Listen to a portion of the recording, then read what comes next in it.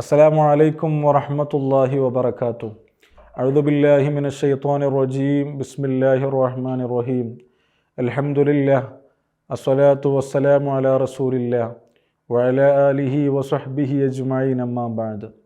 റബ്ബി ശ്റഹ് ലി സ്വദ്രി വയസ്സിർ ലി അംരി വഹ്ലുൽ ഉഖ്ദത്തം മിൻ ലിസാനി യഫ്ഖഹു ഖൗലി. സ്നേഹധന്യരായ സത്യവിശ്വാസികളെ, വിശ്വാസികൾ പുതുവത്സരത്തിൻ്റെ സന്തോഷ നിമിഷത്തിലാണ്. നമ്മെ സംബന്ധിച്ചിടത്തോളം മുഹറം നമ്മുടെ പുതുവത്സരമാണ്. ഹിജറ വർഷം 1446 പിന്നിട്ട് 1447 നാം പ്രവേശിച്ചിരിക്കുകയാണ്. ഈ അവസരത്തിൽ നാം ഉൾക്കൊള്ളേണ്ട, ചിന്തിക്കേണ്ട 4 പോയിൻ്റുകളാണ്, സന്ദേശങ്ങളാണ് വിനീതൻ ഈ അവസരത്തിൽ ഓർമ്മപ്പെടുത്താൻ ആഗ്രഹിക്കുന്നത്. അള്ളാഹു നന്മ പറയുവാനും ഉൾക്കൊള്ളുവാനുമുള്ള തൗഫീഖ് നമുക്കൊക്കെയും നൽകി അനുഗ്രഹിക്കട്ടെ. ആമീൻ യാ റബ്ബൽ ആലമീൻ. ഒന്നാമതായി പ്രിയമുള്ളവരെ, ഹിജറ വർഷം 1446 ഒരു വർഷം പിന്നിട്ട് 447 പ്രവേശിക്കുന്നു എന്ന് പറയുമ്പോൾ നമ്മുടെ ജീവിതത്തിൽ ഒരു വർഷം പുതുതായി വരുന്നു, അധികരിച്ചു വരുന്നു എന്നത് യാഥാർത്ഥ്യം തന്നെയാണ്. പക്ഷേ അതോടൊപ്പം നാം വിസ്മരിക്കാൻ പാടില്ലാത്ത മറ്റൊരു യാഥാർത്ഥ്യമുണ്ട്. നമ്മുടെ ജീവിതത്തിൻ്റെ ആയുസ്സിൻ്റെ താളിൽ നിന്ന് ഒരു വർഷം കൊഴിഞ്ഞു പോകുന്നു എന്നൊരു തിരിച്ചറിവ് കൂടെ ഈ അവസരത്തിൽ നമുക്കുണ്ടാകേണ്ടതുണ്ട്. വിശുദ്ധ ഖുർആനിലൂടെ പരിശുദ്ധ തമ്പുരാൻ സൂറത്തു ഹശ്റിൽ നമ്മളെ ഓർമ്മപ്പെടുത്തുകയാണ്. യാ അയ്യുഹല്ലദീന ആമനുത്തഖുല്ലാഹ്, ഓ സത്യവിശ്വാസികളെ, നിങ്ങൾ അല്ലാഹുവിനെ സൂക്ഷിക്കണം. വൽ തൻദുർ നഫ്സും മാ ഖദ്ദമത് ലിഗദ്, ഓരോരുത്തരും നാളേക്ക് വേണ്ടി എന്ത് മാറ്റിവെച്ചു എന്ന് ഒരാത്മവിചിന്തനം ചെയ്യണമെന്ന് അള്ളാഹു നമ്മളോട് ഓർമ്മപ്പെടുത്തുന്നുണ്ട്.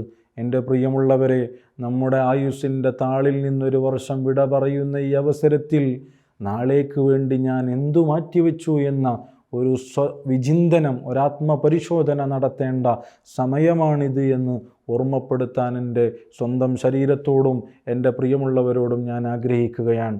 പ്രിയമുള്ളവരെ, നമ്മുടെ ജീവിതത്തിൽ നമ്മൾ എന്തു ചെയ്തു വെച്ചു നാളേക്ക് വേണ്ടി എന്ന ഒരാത്മവിചിന്തനം ഈ അവസരത്തിൽ നല്ലതാണ്. ഞാൻ ഇന്നു മരണപ്പെടുകയാണെങ്കിൽ, അടുത്ത സെക്കൻഡിൽ അങ്ങനെയാവുകയാണെങ്കിൽ എന്തുണ്ട് എനിക്ക് റബ്ബിനെ കണ്ടുമുട്ടാനെന്ന ഒരാത്മവിചിന്തനം ഈ അവസരത്തിൽ നമുക്കുണ്ടാകണം. നമ്മുടെ സ്വശരീരത്തോട് ചോദിക്കണം, നാളേക്ക് വേണ്ടി എന്താണ് ഞാൻ മാറ്റിവെച്ചത്? എത്രയും വർഷം ഞാൻ ജീവിച്ചിട്ട് എന്തുണ്ട് എൻ്റെ ജീവിതത്തിൽ റബ്ബിനെ കണ്ടുമുട്ടാനെന്ന ഒരാത്മപരിശോധന നടത്തുകയും ഈ പുതുവത്സരത്തെ, പുതിയ വർഷത്തെ നന്മകളാൽ സുദൃഢമാക്കുമെന്ന ദൃഢനിശ്ചയത്തോടെ, നിയ്യത്തോടുകൂടെ മുന്നോട്ടു പോകുവാൻ നമ്മൾ തയ്യാറാവുകയും ചെയ്യണം. അള്ളാഹു തൗഫീഖ് നൽകി അനുഗ്രഹിക്കട്ടെ. ആമീൻ യാ റബ്ബൽ ആലമീൻ. അപ്പോൾ ഒന്നാമത്തെ സന്ദേശമായി ഓർമ്മപ്പെടുത്താനുള്ളത് അതാണ്. രണ്ടാമത്തെ കാര്യമെന്ന് പറയുന്നത്, വിശ്വാസികളാകുന്ന നമ്മെ സംബന്ധിച്ചിടത്തോളം വിശുദ്ധ ഇസ്ലാമിന് എല്ലാ കാര്യങ്ങളിലും എന്ന പോലെ കലണ്ടറിൻ്റെ വിഷയത്തിലും കൃത്യമായ കാഴ്ചപ്പാടും കൃത്യമായ രീതിയുമുണ്ട് എന്നത് യാഥാർത്ഥ്യമാണ്.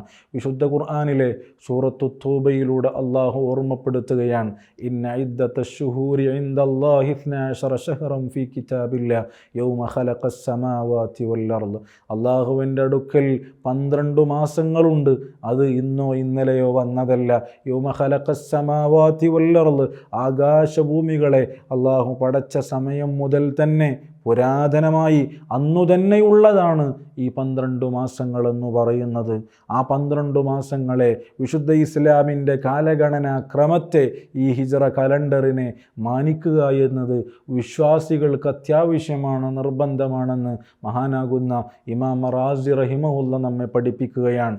അവിടെ നിന്ന് നമ്മെ ഓർമ്മപ്പെടുത്തുകയാണ്, യജിബു അൽ വാജിബു അലൽ മുസ്ലിമീന അൻ യഅ്തബിറു ഫീ ബുയൂഇഹിം, മുസ്ലിമീങ്ങൾക്ക് നിർബന്ധമാണ് അവരുടെ കച്ചവടങ്ങളിൽ, അതുപോലെ അവരുടെ കടങ്ങൾ വാങ്ങുന്നതിലും തിരിച്ചു കൊടുക്കുന്നതിലും, സകാത്തിൻ്റെ വിഷയങ്ങളിൽ, അതുപോലെയുള്ള എല്ലാ കാര്യങ്ങളിലും, വസായിരി അഹ്കാമിഹിം, അവരുടെ എല്ലാ കാര്യങ്ങളിലും വിശുദ്ധ ദീൻ പരിചയപ്പെടുത്തുന്ന ഈ കാലഗണനാ ക്രമത്തെ പിൻപറ്റുക എന്നത് മുസ്ലിമീങ്ങളുടെ മേൽ വാജിബാണെന്ന് മഹാനാകുന്ന ഇമാം റാസി റഹിമഹുല്ല നമ്മെ പഠിപ്പിക്കുകയാണ്. അതുകൊണ്ട് എൻ്റെ പ്രിയമുള്ളവരെ, നമ്മുടെ ജീവിതത്തിൽ എല്ലാ കാര്യങ്ങളിലും വിശുദ്ധ ഇസ്ലാം പരിചയപ്പെടുത്തുന്ന ഈ ഹിജറ കലണ്ടറിനെ മാനിച്ചുകൊണ്ട് അതുപ്രകാരമായിരിക്കണം നമ്മൾ മുന്നോട്ട് പോകേണ്ടത്. അത് വിശ്വാസിയുടെ ബാധ്യതയാണെന്ന തിരിച്ചറിവ് നമുക്കുണ്ടാകണമെന്ന് ഓർമ്മപ്പെടുത്താൻ ആഗ്രഹിക്കുകയാണ്.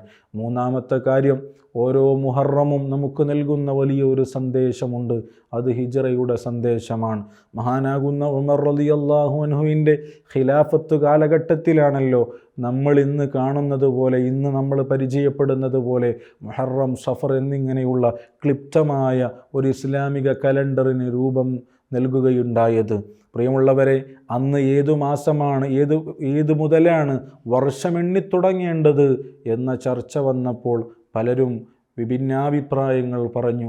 ഹബീബായ സല്ലല്ലാഹു അലൈഹി വസല്ലമ തങ്ങളുടെ ജനനം മുതൽ എണ്ണിത്തുടങ്ങാം, അതല്ല അവിടുന്ന് വഫാത്തായ വർഷം മുതൽ, വഫാത്തായത് മുതൽ എണ്ണിത്തുടങ്ങാമെന്ന് പറഞ്ഞു. അതിനിടയിൽ അവർ തീരുമാനിച്ചു, അതല്ല ഹിജറ മുതൽ നമുക്ക് എണ്ണിത്തുടങ്ങാമെന്ന് തീരുമാനിക്കുകയാണ്. അങ്ങനെ ഹിജറ മുതൽ എണ്ണിത്തുടങ്ങി ആ വിശുദ്ധമായ ഹിജറ നടന്നിട്ട് ഇന്നേക്ക് ഈ വിശുദ്ധമായ ദിവസത്തിലേക്ക് 1447 ആണ്ടുകൾ പിന്നിടുകയാണ്. ഹിജറ വല്ലാത്ത ഒരു സന്ദേശമാണ് നമുക്ക് നൽകുന്നത്. ലാ ഇലാഹ ഇല്ലല്ലാഹ്ക്ക് വേണ്ടി മക്കയിലെ മുഹാജിറുകൾ അവരുടെ സർവ്വതും ഇട്ടേച്ചുകൊണ്ട്, സകല സമ്പത്തും കുടുംബവും ഒക്കെ ഇട്ടേച്ചുകൊണ്ട് മദീനയിലേക്ക് പലായനം ചെയ്തപ്പോൾ മുഹാജിറുകൾ അവരുടെ സമ്പത്തിൻ്റെ പാതിയും നൽകി അവരെ വരവേൽക്കുകയാണ്. മാഷാ അല്ലാ, എത്ര വലിയ മനോഹരമായ കാഴ്ചയാണിത്, എത്ര വലിയ മനോഹരമായ സന്ദേശമാണിത്.